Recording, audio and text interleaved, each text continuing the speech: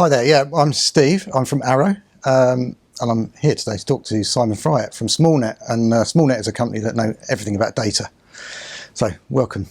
Simon, how are you doing? Thanks, Stephen. Great, thanks. Nice to meet you. There's a few topics we wanted to cover today, but initially I'd quite like to understand a little bit more about what Smallnet do in the world of BI, AI, analytics. Can you give us an overview of Smallnet? Yeah, sure.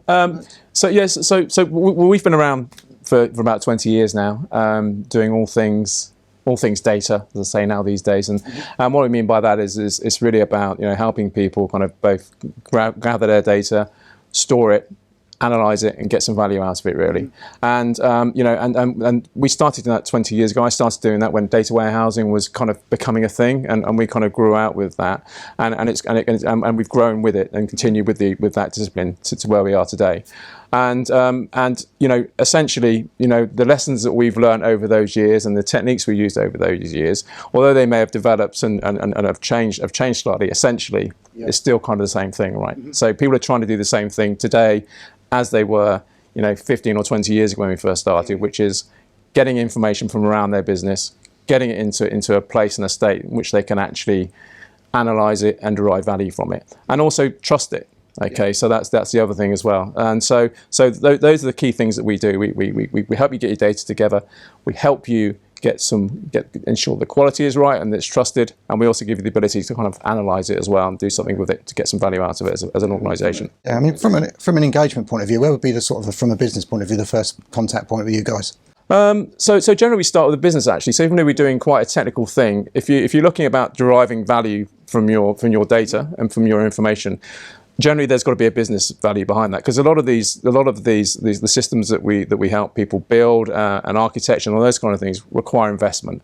And so people aren't going to invest unless business won't be investing unless they've got some kind of value from that.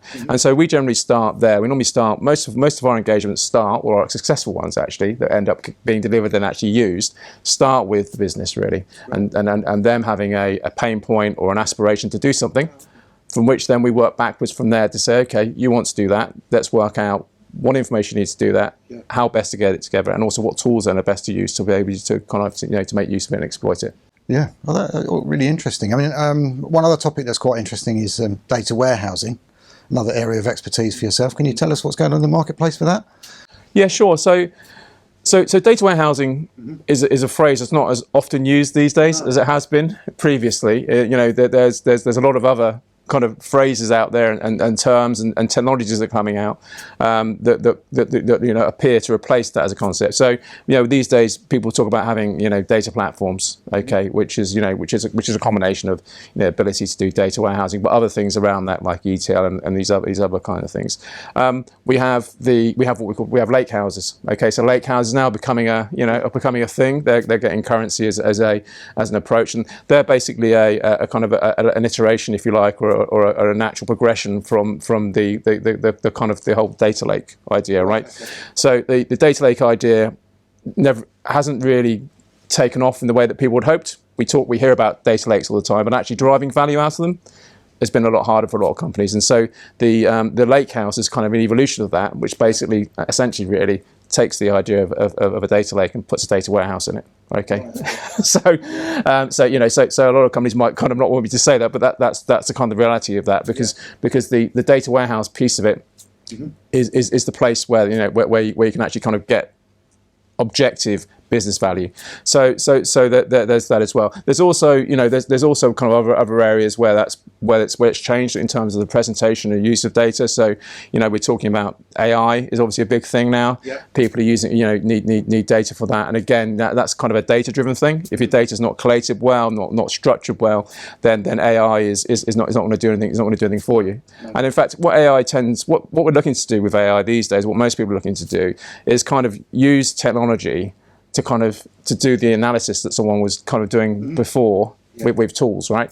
So ideally it's about using AI to do that, and also be able to spot things that maybe kind of humans might have missed, because it's able to maybe look at lots more data much more quickly and all those kind of things. So the actual raw materials to do that are the same. It's just a different technique for doing it, and maybe a more thoughtful one. Businesses these days have data in so many different places, don't they? In whether that's on mobile phones or on the edge or in data centers or in the cloud. Is that something you help with too? Yeah, we do. Yeah, we do. Sometimes we help kind of people kind of deal with that. You know, kind of almost like what these kind of Internet of Things type technologies.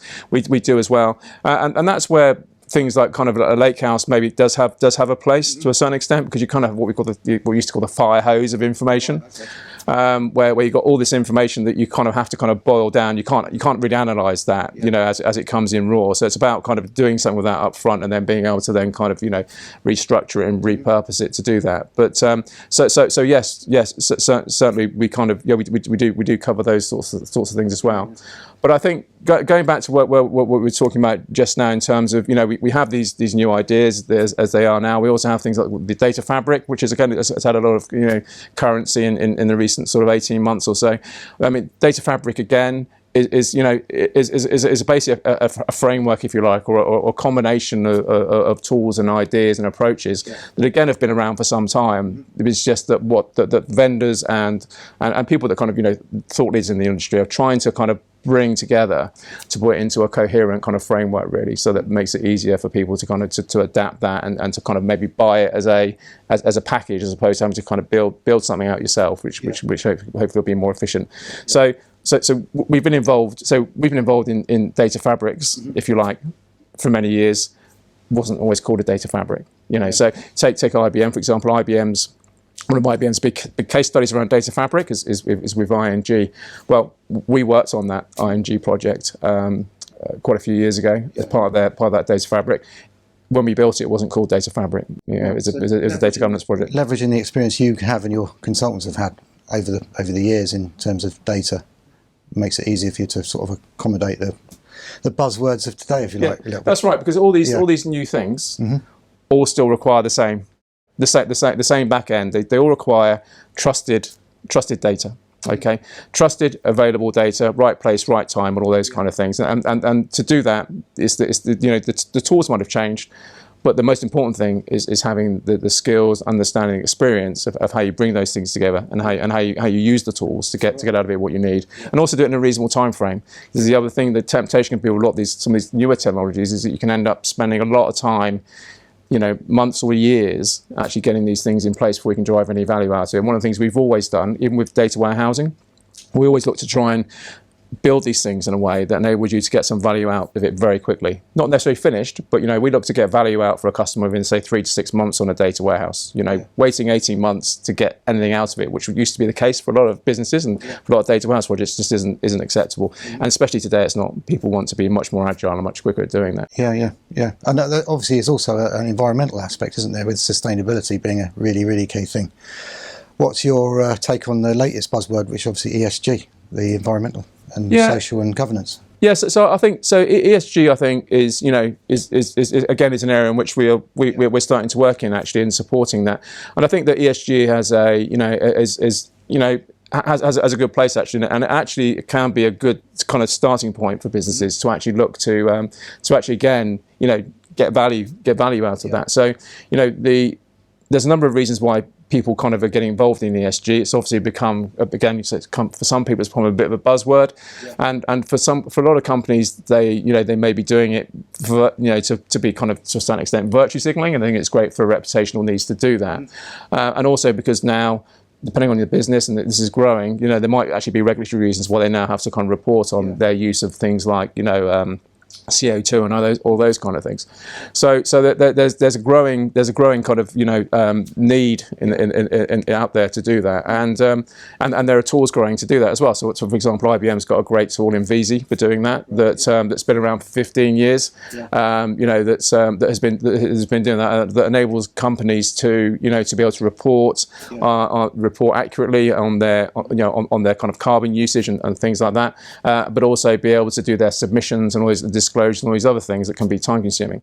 But the thing that kind of underpins all that is the same thing, and one of the biggest kind of challenges really of doing the ESG reporting is actually getting all the information in together, which goes back to the same problems we were fixing 20 years ago. Yeah, and I guess the benefit overall is the fact that energy costs are going up, aren't they? So businesses really need to focus on that sort of thing to save money. Yeah, exactly, and that's it. So one of the things we're trying to do with our customers that are kind of interested in this space and the other new prospects we're finding around that, is kind of not so much turning on its head, but sort of saying, well, look, if all you do is put out this report each year that says your CO2 usage is X, Y, or Z, or you're doing just to kind of meet the need of a regulator, then you're missing a huge opportunity, because all the information you're collecting to generate that, you can be mining and analysing to actually bring you genuine business benefit.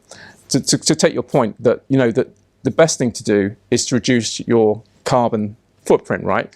And there's good commercial reasons why you want to do that, irrespective of whether that's good for the planet or whatever. Carbon's expensive, and if you reduce your carbon intake or your usage around the organisation, then you're going to save money.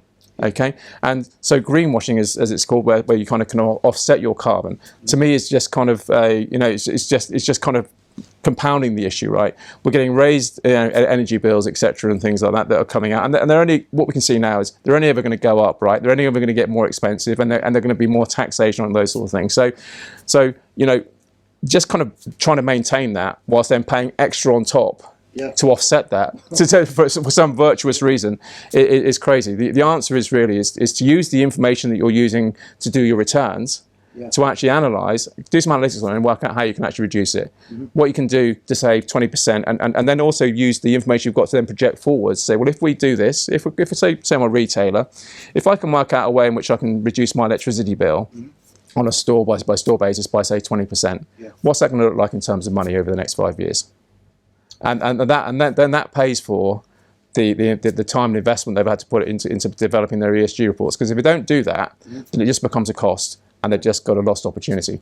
And that's why also one of the other things about ESG companies, which is quite interesting, is that it's now being used by investors. And if you look at the investment market now, one of the things they look for in companies now are good kind of ESG type scores, and that's because genuinely, for a company to be sustainable going forwards, if you're not looking at how to reduce, if you're a high carbon user, if you're not looking at how to reduce that, then you're going to struggle over the next 5 to 10 years because you're just your costs are just going to go through the roof. Yeah, and I've read that students and young people tend to look at environmental factors when they're looking for employment, in the same way that people would look at tobacco companies in the past. So with necessarily a sort of fairly negative view if there's not a environmental strategy underpinning the business. So it's all very important, obviously. So you're right, it is, and it's about you're right. So it's about reputational, the reputational benefit of that as well. So there's a lot of good reasons why kind of